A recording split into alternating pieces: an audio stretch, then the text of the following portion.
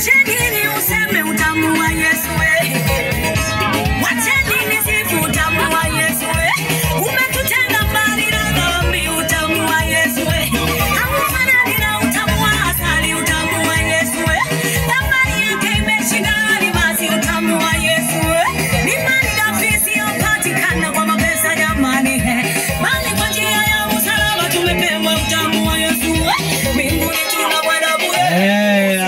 Asante. Makofi kwa tafadhali mama wote waliokuja kutunza.